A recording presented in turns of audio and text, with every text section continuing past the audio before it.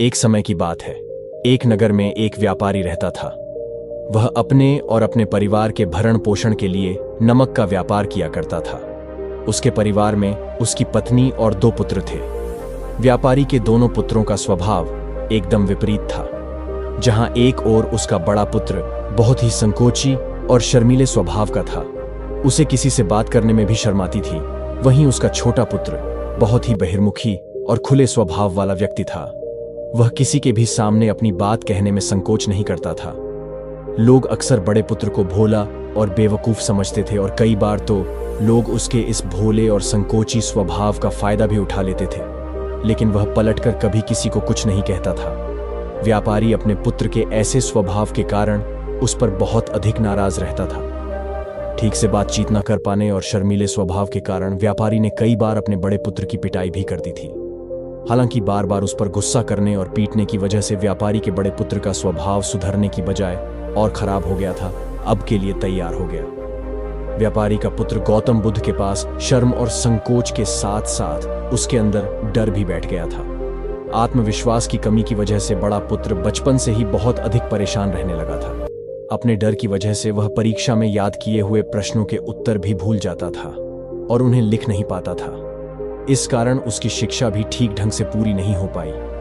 बड़ा पुत्र जब हो गया तो व्यापारी ने उसे अपने साथ व्यापार में हाथ बटाने के लिए कहा।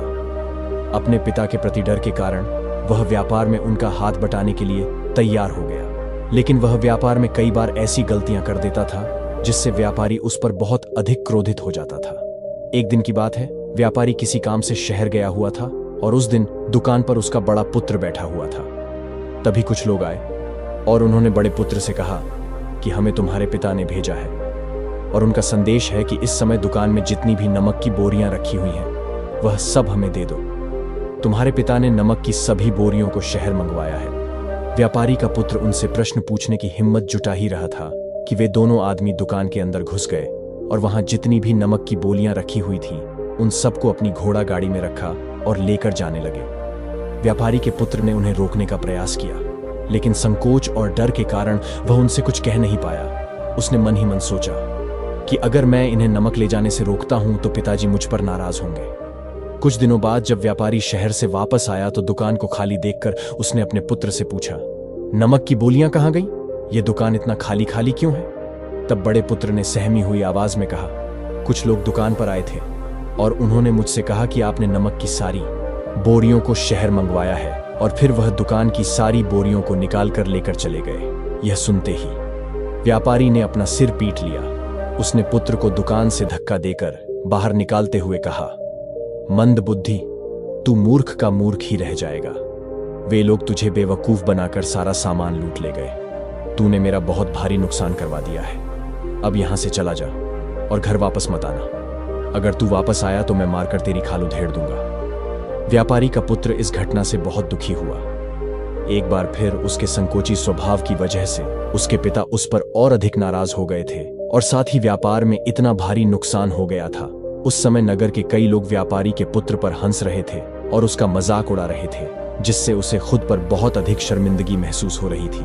यही वह समय था जब उसने मान लिया कि अब उसका कुछ नहीं हो सकता। वह हमेशा मूर्ख का मूर्ख ही रह जाएगा और इस समाज में रह रहे लोगों के साथ कदम से कदम मिलाकर कभी नहीं चल पाएगा। यही सब सोचता हुआ व्यापारी का पुत्र नगर से बाहर आ गया और एक नदी के किनारे बैठकर खूब रोया।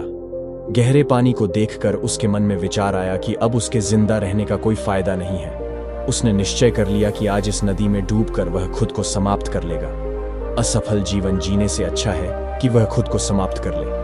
उसने जैसे ही नदी में छलांग लगाई और डूबने लगा तो उसी नदी में स्नान कर रहे एक बौद्ध भिक्षु ने उसे बचा लिया और नदी से निकालकर बाहर ले आए। व्यापारी का पुत्र बौद्ध भिक्षु पर नाराज होने लगा और कहने लगा कि आपने मुझे क्यों बचाया? मैं इस असफल जीवन को जीना नहीं चाहता। बौद्ध भिक्षु ने उसे समझाते हुए कहा कि जीवन एक ही बार मिला है और अगर तुम जीवित ही नहीं रहोगे तो असफलता को खत्म करके सफल कैसे बनोगे? तब व्यापारी के पुत्र ने कहा कि मेरे जीवन में बहुत अधिक समस्याएं हैं और यह समस्याएं मेरे शर्मीले और संकोची स्वभाव की वजह से हैं। मैंने अपने डर और संकोच की वजह से अपने पिता का भारी नुकसान करवा दिया है। मैं एक इच्छा पुत्र नहीं हूं। अपने भयभीत स्वभाव के कारण मैं ठीक से शिक्षा भी ग्रहण नहीं कर सका। सारे नगरवासी मुझे मूर्ख समझते हैं। क्या किसी मूर्ख को इस दुनिया में जीने का अधिकार है? तब बौद्ध ने कहा कि तुम्हारे इस प्रश्न का उत्तर तो मेरे गुरु ही देंगे। चलो, मैं तुम्हें अपने गुरु के पास ले चलता हूं। व्यापारी के पुत्र ने कहा। वह किसी से बात नहीं करना चाहता। आज वह अपना जीवन समाप्त करके ही मानेगा।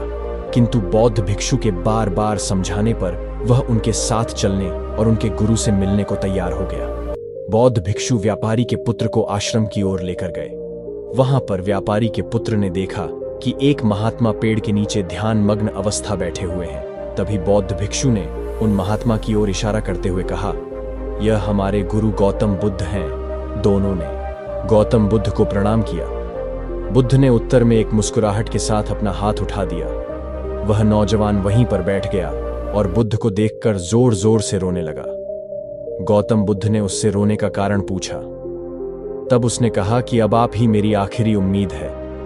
यदि आप मेरी समस्या का समाधान नहीं करेंगे तो मेरा यह जीवन समाप्त हो जाएगा। गौतम बुद्ध ने व्यापारी के पुत्र से उसकी समस्या बताने को कहा। तब उसने बताया कि किस प्रकार वह बचपन से ही शर्मीले और अंतर्मुखी स्वभाव का है। इस कारण लोग उसे मूर्ख समझ लेते हैं और उसके पिता भी उससे नफरत करने लगे हैं। तब गौतम बुद्ध ने युवक को शांत कराते हुए कहा कि मेरे पास तुम्हारी समस्या का समाधान है, जिसके बाद तुम्हारा जीवन बहुत ही आसान हो सकता है। युवक ने खुश होते हुए पूछा, क्या सच में ऐसा हो सकता है? आप बहुत महान व्यक्तित्व प्रतीत होते हैं। आपके तो कई शिष्य भी हैं। हे महात्मन, मैं भी आपका शिष्य बनना चाहता हूं। क्या आप मुझे अपने शिष्य के रूप में स्वीकार करेंगे? गौतम बुद्ध ने कहा कि हां, अवश्य। उस युवक ने कहा, ठीक है गुरुदेव, अब आप मुझे वह उपाय बताइए जिससे कि मेरा जीवन बदल जाए। गौतम बुद्ध ने कहा, लेकिन उससे पहले तुम्हें मेरे कुछ महत्वपूर्ण कार्य करने होंगे। अगर तुम मेरे यह कार्य कर दो तब मैं तुम्हें कुछ ऐसे उपाय बताऊंगा जिससे तुम्हारे जीवन में सब कुछ ठीक हो जाएगा और तुम्हारे पिता भी तुमसे प्रसन्न रहेंगे। गौतम बुद्ध ने आगे कहा, आज से ठीक 3 दिन बाद मैं तुम्हें ऐसे उपाय बताऊंगा जिससे तुम्हारा जीवन पूरी तरह से बदल जाएगा। लेकिन इन 3 दिनों तक तुम्हें मेरे सभी कार्य करने होंगे। मैं जैसा जैसा कहूंगा, अगर तुम ठीक वैसा ही कार्य करने में सफल रहे तो 3 दिन बाद तुम्हारा जीवन बदल जाएगा। तुम्हारा पहला दिन कल से शुरू होगा। अभी जाओ और जाकर आश्रम आराम करो। अगले दिन की सुबह होते ही व्यापारी का पुत्र गौतम बुद्ध के पास पहुंचा और बोला, हे गुरुदेव, मुझे पहले दिन का कार्य बताइए। तो गौतम बुद्ध ने कहा कि आज तुम्हें 20 अजनबी व्यक्तियों से बातचीत करनी है और उनका हाल जानना है। इसका लेखा जोखा शाम तक लेकर आ जाना। व्यापारी के पुत्र को अंदर से बहुत डर महसूस हुआ, लेकिन उसने गौतम बुद्ध को हाँ कह दिया। फिर वह निकल पड़ा 20 अजनबी लोगों से बातचीत करने। शुरू में तो उसे बहुत अधिक संकोच लग रहा था। कई लोग तो उसे डांट कर भगा भी देते थे, लेकिन उसके सामने अपना जीवन बदलने का यही एकमात्र उपाय था। आखिरकार कोशिश करते हुए उसने 20 अजनबी लोगों के नाम और उनके व्यापार का लेखा जोखा प्राप्त कर लिया। शाम होने पर जब वह गौतम बुद्ध के पास पहुंचा तो खुश होते हुए उसने गौतम बुद्ध को बताया कि आज का कार्य उसने सही ढंग से पूरा कर लिया है। यहां तक कि कुछ लोग तो उसके मित्र भी बन गए हैं। दूसरे दिन की सुबह होते ही फिर वह नौजवान गौतम बुद्ध के समक्ष पहुंचा। तब गौतम बुद्ध ने कहा, आज का कार्य है कि तुम आश्रम में रह रहे 100 शिष्यों को संबोधित करते हुए उन्हें जल के उपयोग के विषय में पढ़ाओ। गौतम बुद्ध की यह बात सुनकर व्यापारी का पुत्र हक्का बक्का रह गया। उसने कहा कि आप मुझसे यह किस प्रकार के कार्य करवा रहे हैं? मैं अपनी शिक्षा ठीक से पूरी नहीं कर पाया हूं, इसीलिए मैं पढ़ाने का यह कार्य नहीं कर पाऊंगा। तब गौतम बुद्ध ने कहा कि ठीक है, फिर मैं तुम्हें उपाय भी नहीं बताऊंगा। व्यापारी के पुत्र ने विनती करते हुए कहा कि आप जानते हैं कि मेरी शिक्षा अधूरी है, फिर मैं बालकों को शिक्षा कैसे दे सकता हूं? गौतम बुद्ध ने हल्की सी मुस्कान भरते हुए कहा, यहां सिर्फ मैं जानता हूं कि तुम्हारी शिक्षा अधूरी है, वे बालक नहीं जानते। तुम हर दिन अपने जीवन में जल का उपयोग करते हो। यही सब बातें उन बालकों को जाकर बतानी है। अंततः जब व्यापारी के पुत्र के पास कोई बहाना शेष नहीं बचा तो हिम्मत जुटाकर वह उन बालकों के पास पहुंच गया। शुरू में तो उसके हाथ पैर कांप रहे थे, लेकिन आखिरकार उसने बालकों को जल के महत्व के बारे में बताना शुरू कर दिया। उसने बालकों को जल की 5 विशेषताएं बताई और जल्दी से वहां से भाग आया। गौतम बुद्ध के पास पहुंचकर उसने बताया कि बहुत अधिक डर लग रहा था, किंतु मैंने बालकों को जल की 5 विशेषताएं बता दी हैं। गौतम बुद्ध ने कहा कि जाओ, एक और कोशिश करके आओ। उस नौजवान ने एक बार फिर हिम्मत जुटाई और बालकों को जल के महत्व के बारे में पढ़ाना शुरू किया। इस बार व्यापारी के पुत्र को बिल्कुल भी घबराहट नहीं हो रही थी। उसने पूरे आत्मविश्वास के साथ बालकों को जल के विषय में पढ़ाया। तब गौतम बुद्ध ने उसकी प्रशंसा करते हुए कहा, तुम अवश्य ही साहसी हो। गौतम बुद्ध के मुंह से अपनी प्रशंसा सुनकर वह युवक बहुत प्रसन्न हुआ। युवक जब तीसरे दिन गौतम बुद्ध के पास आया तो गौतम बुद्ध ने उससे कहा कि आज का कार्य तुम्हें कुछ अजीब लग सकता है, किंतु आज तुम्हें अपने पिता से मिलने जाना है। गौतम बुद्ध के मुंह से यह बात सुनकर वह युवक बहुत अधिक डर गया। उसने तुरंत कहा कि नहीं नहीं, मैं अपने पिता के सामने नहीं जा सकता, मुझ में इतनी हिम्मत नहीं। गौतम बुद्ध ने कहा कि ठीक है, फिर मैं तुम्हें उपाय भी नहीं बताऊंगा। अंततः व्यापारी के पुत्र को गौतम बुद्ध की बात माननी पड़ी। गौतम बुद्ध ने उसे समझाते हुए कहा कि अपने पिता के पास जाकर उनसे क्षमा मांगना और कहना कि वे तुम्हें एक और अवसर दे ताकि तुम खुद को बुद्धिमान साबित कर सको। गौतम बुद्ध के कहे अनुसार उस युवक ने पूरे आत्मविश्वास के साथ अपने पिता का सामना किया और उनसे क्षमा मांगे। आखिरकार व्यापारी ने अपने पुत्र को क्षमा कर दिया और उसे एक और अवसर देने आया और उस उपाय के बारे में पूछने लगा जिसे गौतम बुद्ध ने 3 दिन बाद बताने का वचन दिया था। तब गौतम बुद्ध ने मुस्कुराते हुए कहा कि तुमने स्वयं ही अपना उपाय खोज लिया है। तुम किसी से बात नहीं कर पाते थे, संकोची और शर्मीले थे।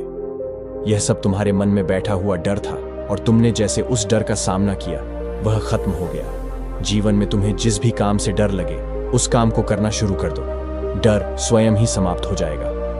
अब वह युवक समझ चुका था कि गौतम बुद्ध उसे क्या बताना चाह रहे हैं। उसने गौतम बुद्ध का धन्यवाद किया और उनसे वादा किया कि वह जीवन में सफल होकर दिखाएगा। दोस्तों, मुझे उम्मीद है कि आपको यह वीडियो पसंद आई होगी। इसी तरह और भी मोटिवेशनल वीडियो देखने के लिए